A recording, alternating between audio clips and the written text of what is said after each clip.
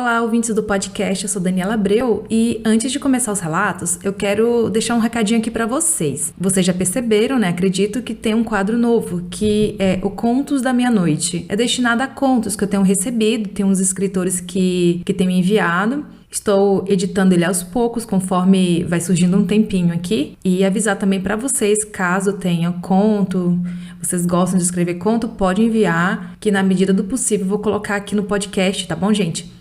Pode enviar no e-mail assustadoramente@outlook.com. Siga também a rede social, que é o Instagram, assustadoramente_podcast. E se puder, colabore no Apoia-se.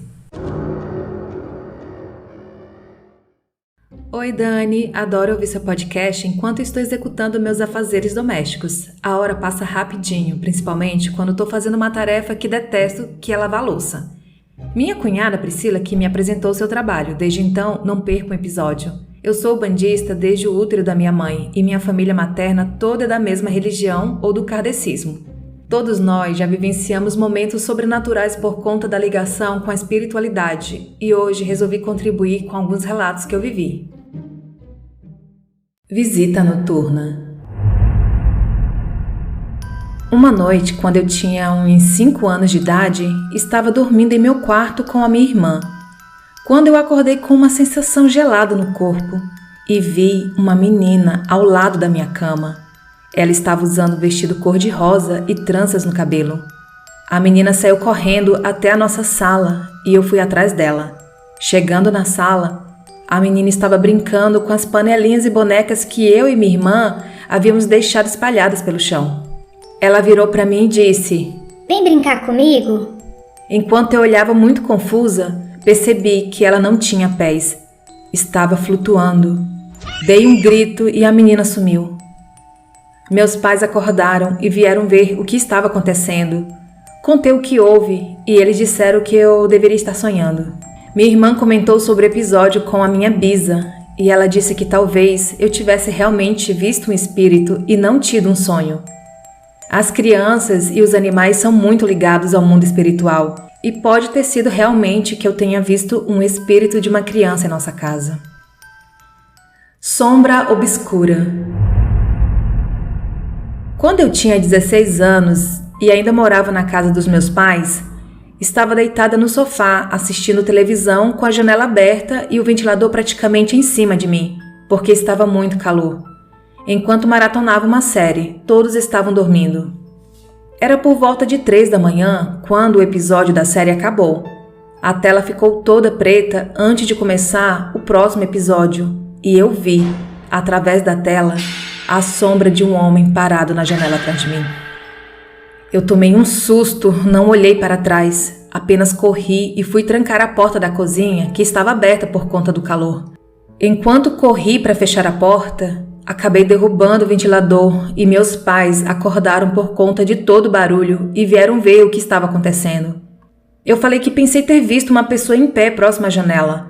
Então meu pai foi até o lado de fora para ver se não era algum invasor que havia pulado no nosso quintal. Enquanto meu pai estava lá fora, fui fechar a janela e vi o espírito de um homem, calvo, com as roupas sujas, andando lá fora. Eu sabia que era um espírito porque não tinha pés e ele flutuava. Fechei a janela enquanto falava para os meus pais sobre a minha visão.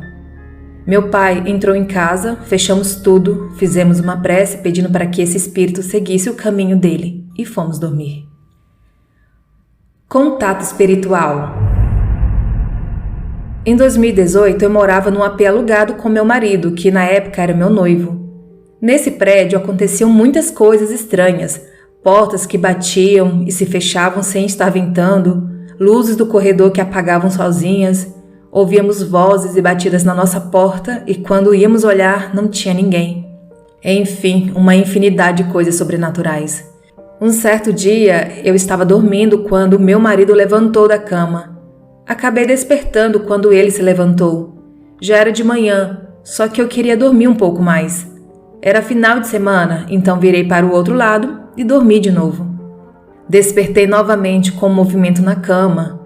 Meio sonolenta, virei para o lado da cama, onde meu marido dorme, o abracei e ia voltar a dormir, quando tive uma sensação gelada por todo o corpo. Abri os olhos e me deparei com um homem de cabeça grisalha deitado ao meu lado de costas para mim. Na hora eu tomei um susto. Ele sumiu e meu braço caiu sobre a cama. Levantei da cama correndo, saí do quarto e na mesma hora meu marido estava entrando em casa. Ele tinha ido na padaria comprar pão. Contei o que havia acontecido e ele, como é ateu, ficou rindo de mim, brincando, dizendo que eu estava com o outro enquanto ele tinha ido na rua. Resolvi fazer uma defumação no apartamento e nos corredores do prédio. Fiz também uma firmeza na minha porta para afastar os espíritos zombeteiros. Bom, contribuí apenas com 3 relatos, porque se eu fosse contar todos que já vivi, não iria caber nesse meio. Eu teria que enviar um e-book. Espero que você e os ouvintes gostem. Uma beijoca marota de Marina Egito. Eu amei os relatos e pode enviar o e-book que vai ser lido do mesmo jeito. Marina, muito obrigada. E pessoal, quem quiser seguir a Marina, segue ela lá nos Dicas Faraônicas. Ela dá dica de organização, de decoração, de plantas, de tudo um pouco. Eu sigo ela e eu sou viciada nas dicas que ela dá pra gente. Obrigada, Marina, e espero os demais relatos. Beijo! Cadeira assombrada. Quando éramos pequenos, gostávamos muito de brincar de pique-esconde. Na casa em que morávamos, era um predinho grudado praticamente com o outro, porta com porta. Só que uma dessas casas era usada como depósito da loja do meu pai. Anteriormente morava uma família lá, mas não lembro muito bem deles porque eu era muito pequeno. Sei que se mudaram quando o filho se matou na casa. Lá não tinha uma iluminação muito boa e era bem grande e muito cheio de caixas e outras coisas velhas da nossa casa. Uma certa vez, numa noite chuvosa, inventamos de brincar de esconde-esconde.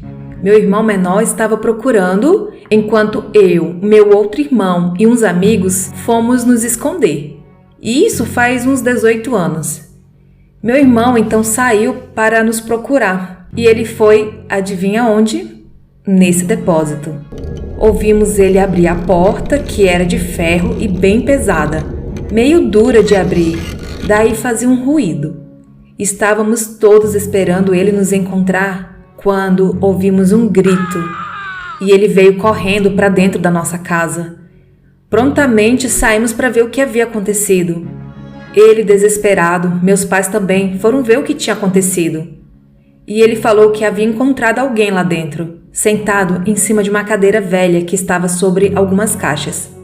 Daí ele, achando que era um de nós ali escondido, falou: "Você tá pego." Mas aquilo não reagiu. Daí ele subiu nas caixas e foi até a cadeira e encostou naquilo e falou: "Pode parar, você tá pego, já te vi aí." Daí a coisa virou para ele e abriu um risinho baixinho e ficou virando a cabeça de um lado para o outro. Então ele saiu correndo e gritando. Todos nós estávamos escondidos na casa dos meus pais e não no depósito. Meus pais foram lá ver o que tinha acontecido, mas não tinha nada, apenas a cadeira jogada no chão. Minha mãe jogou a cadeira fora depois daquilo. Até hoje não sabemos o que aconteceu direito porque não havia outras saídas de lá além da porta. Só se alguém se jogasse do 2º piso, o que não seria muito provável.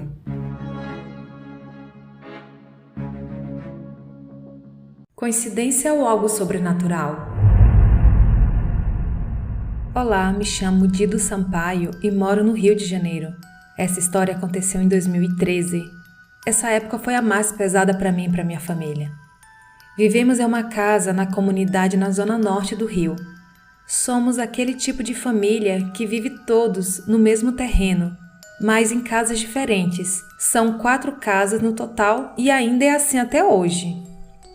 Bom, nesse terreno em que vivemos, é dito por outros parentes que ele é muito carregado de energias ruins. Eu, quando era criança, por volta de uns 6, 7 anos, sempre tive um pouco de medo quando anoitecia e olhava pela janela da sala. Não sei porquê, mas sentia algo me observando. Mas nunca vi nada físico realmente. Mas na minha mente sempre me vinha um ser com uma capa preta e uma foice na mão, que andava lentamente em volta do quintal e circulava pelo terreno. Voltando ao ano de 2013, Eu tinha uma tia que me pegou para criar quando eu ainda era criança. Não morávamos no mesmo terreno que minha mãe e o resto do pessoal. Morávamos perto, cerca de 2 quilômetros de distância. Nesse ano, essa minha tia começou a ter problemas de saúde. Seu coração começou a ter problemas, mesmo ela tendo apenas 33 anos na época. No início do ano, ela passou mal, no portão desse mesmo terreno em que viviam nossos parentes. Estávamos todos reunidos, minha mãe, minha irmã, minha avó, primos, vizinhos, ouvindo música que tocava no carro, comendo churrasco e bebendo enquanto estávamos na calçada de casa, em um sábado comum.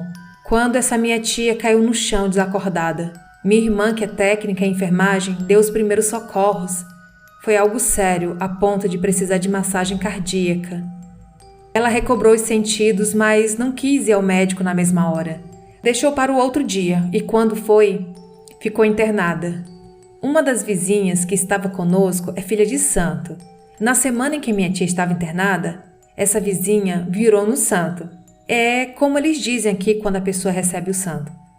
E se apresentou como Maria Padilha. Ela disse que estava presente no momento em que minha tia passou mal e disse que viu uma energia muito escura vindo do terreno, mas ela tinha conseguido espantá-la, porém apenas temporariamente, e disse que ela tinha que se proteger, pois vinha algo muito forte atrás dela e de mais alguém da nossa família. Passou uns dias e essa minha tia saiu do hospital e começamos a ir atrás de ajuda espiritual, mas sem deixar a medicina de lado. Fomos a terreiros, igrejas evangélicas e todos diziam a mesma coisa. Algo de ruim queria não apenas ela, mas a nossa família. E por ela já estar com a saúde mais frágil, foi nela mesmo.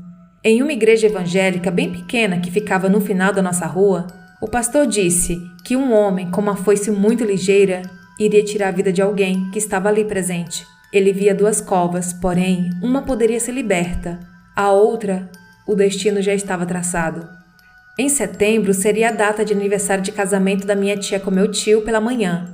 Ela convidou a minha mãe, a minha avó, a minha tia para almoçar na casa dela, pois à noite iríamos a uma churrascaria. E iria só eu, ela, meu tio, meu primo e suas 2 filhas, que na época tinham 5 e 6 anos. Passamos o dia bem tranquilo e quando começou a escurecer, nos despedimos na calçada. Todos a abraçaram e a beijaram. Então minha mãe pegou o carro e foi embora com o pessoal que não iria. E depois trocamos de roupa e seguimos para a churrascaria. Jantamos normalmente e exatamente após a sobremesa, que era algo no espeto com chocolate, minha tia começou a passar mal novamente do mesmo jeito. Até mesmo uma parada cardíaca. Dessa vez não teve como fazer nada. Foi infarto fulminante. Ela tinha ido embora ali mesmo na frente de todos, até mesmo das suas filhas. Esqueci de contar que o primo, que foi conosco na noite, meses atrás também tinha passado mal do mesmo jeito que ela, porém sem muita gravidade. Algo muito estranho, pois ele também era novo, tinha por volta de 23 anos na época. Após o enterro, tive um sonho com minha tia. Ela estava em uma maca de hospital e disse que estava bem, mas que ainda sentia algumas dores no peito. Na sequência, meu avô falecido há muitos anos apareceu para mim. Eu não sonhava com ele há muitos anos e mal lembrava da sua voz, mas foi como se eu não tivesse ficado tanto tempo sem tê-lo visto. Ele se aproximou com uma roupa branca e disse que a minha tia ficaria bem, mas ainda precisava de atendimento médico pelo reflexo da doença, mas que ia se recuperar.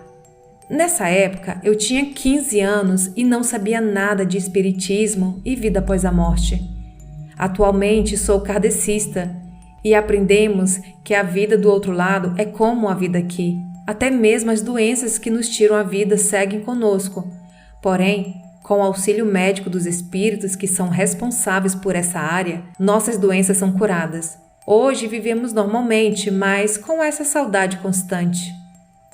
Bom, esse foi o meu relato. E vocês, acham que foi coincidência ou algo sobrenatural?